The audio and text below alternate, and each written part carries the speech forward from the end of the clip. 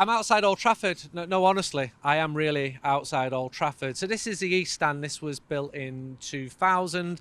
That quadrant there was built in 2005. Just beyond that is the Sir Alex Ferguson stand, North Stand. You can just see the corner of it. That was 1995. Back over there is the main stand, parts of which go back to 1909 when Old Trafford was built.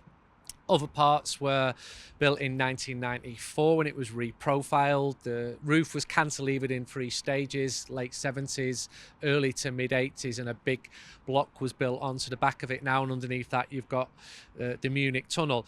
I'm talking about Old Trafford because will this even exist in 5 or 10 years' time? I don't know. This is a topic which is a very prominent one among Manchester United fans and everyone associated with the club. Because, well, we might see a new stadium or we might see a redeveloped stadium, and fans are being consulted. And I think it's really important that fans are consulted and properly consulted.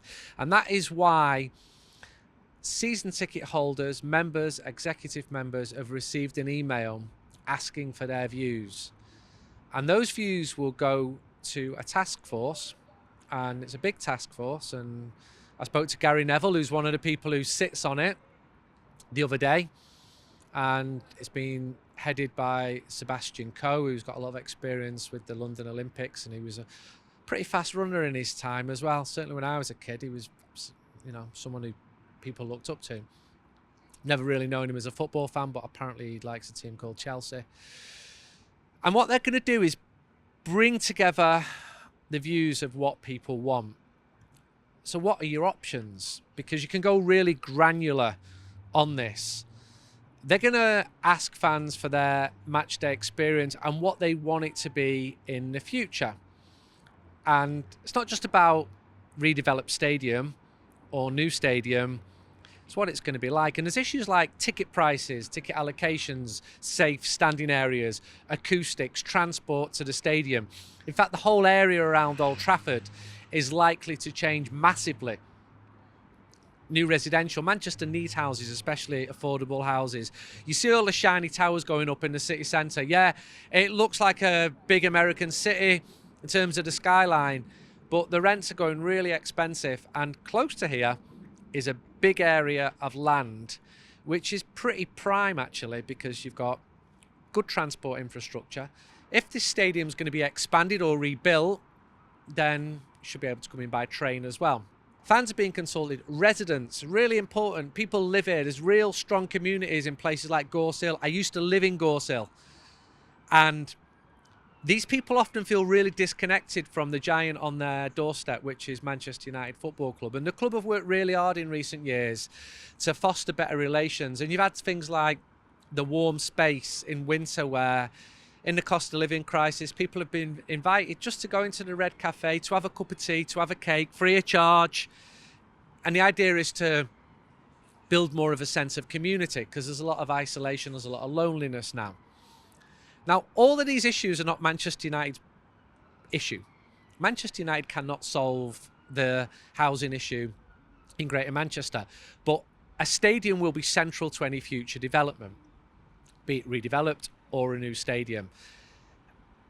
Fans are divided on what they want, and that's fine. For years, I was redevelopment. I'm a stadium nerd, and I could talk you in great detail through the redevelopment of the Bernabeu, which I think is the best football stadium in the world, right in the middle of Madrid. What Barcelona are doing at Camp Nou, they've knocked half of it down, they're building it back up again. Here is a bit more complicated because of the aforementioned rail line.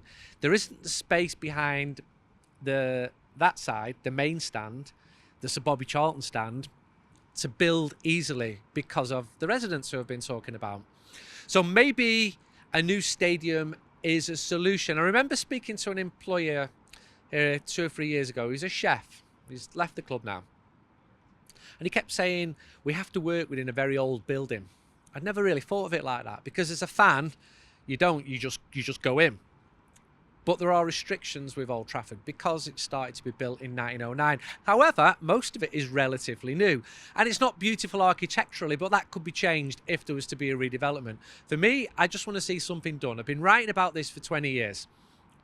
Manchester United should have a home with a capacity of over 90,000. The demand is there. The demand is increasing, even though the team's not been a vintage one over the last 10 years. There is space on that side over there. If it's to be a new stadium, then I worry about things like ticket prices. Terms like dynamic pricing frighten the life out of me, because I think that there should be significant areas of the stadium which are affordable to fans who've gone to games for years.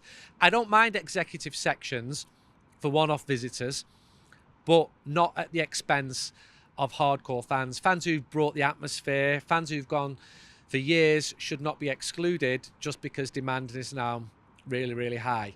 You've got to have your say. You can't 4 years down the line be saying, well, nobody asked me, because people are asking you now. You are being asked, and you're the people who will be using the new stadium. Ultimately, it's your money in a roundabout way that is going to pay for either a new stadium or a redeveloped stadium. Because if the mortgage is taken out and we don't know what the funding options are yet, it's still going to have to be paid back at some point. And I still don't know how the whole thing's going to be paid for, because it's going to be hundreds of millions, billion, 2 billion maybe for a completely new stadium. Yes, Sir Jim Ratcliffe is not short of a few quid. Maybe he's going to provide some of those funding solutions.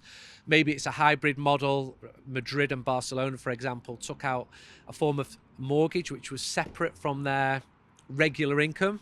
So fans were baffled as to why can't Barca sign players yet they're building a new stadium. It was all separate. And it's not in the same pot as financial fair play, for example, when it comes to Manchester United. On one hand, I'm excited because it looks like something is going to be done. It is a travesty that for 20 years, almost nothing was done. And people like me were writing about the state of those girders not being washed. It has been smartened up in the last 2 or 3 years. People who talk about this stadium falling apart or falling down are talking out of their backsides. It's still a very, very good football stadium. It's not perfect. It's cramped. The legroom's not great. It doesn't look beautiful. The roof sweeps down too low. The areas under the stands need tidying up. But it should be a football stadium. This isn't a palace. But I go to these new stadiums, and I've just been on the pre-season tour of America, and I'm like, wow, because architecturally and aesthetically they look absolutely incredible.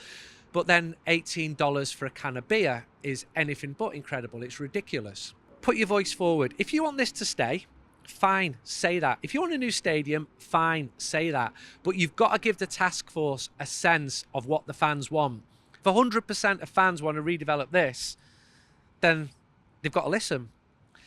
The idea that this will somehow be retained, I'm not convinced that'll happen. I'm not convinced from what I'm hearing, if there's going to be a new stadium, that scaling this down will be cost effective. However, the reserve team and the women's team should have a dedicated stadium.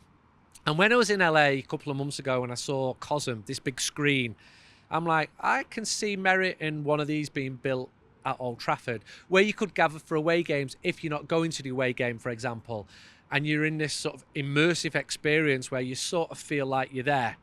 But obviously you're not, because the game's in Southampton and you're stood in a room by Old Trafford. It's a really important time in Manchester United's history, this. And when a lot of this stadium was rebuilt, fan consultation was almost zero. And that meant that you had an executive area built into the middle of the Stretford end, which was wrong. And I wrote it was wrong in 1992 and 1993. And years later, Martin Edwards, the chairman, admitted to me that we were wrong. Don't let the club or the powers that be get it wrong again. Put forward your views, say what you want, say what the issues are, the issues that matter to you, and those views will be taken on board. I'm not part of the task force. I can't say what the outcome is going to be. I just know that Manchester United should be playing in a better, bigger stadium. I'd love to see a massive terrace of safe standing at the Stretford end. Where will that Stretford end be? I don't know. Don't know the answer. Get your views across. I think it's an important part of Manchester United's future. Until next time, when I'll bring you more stadium talk, goodbye.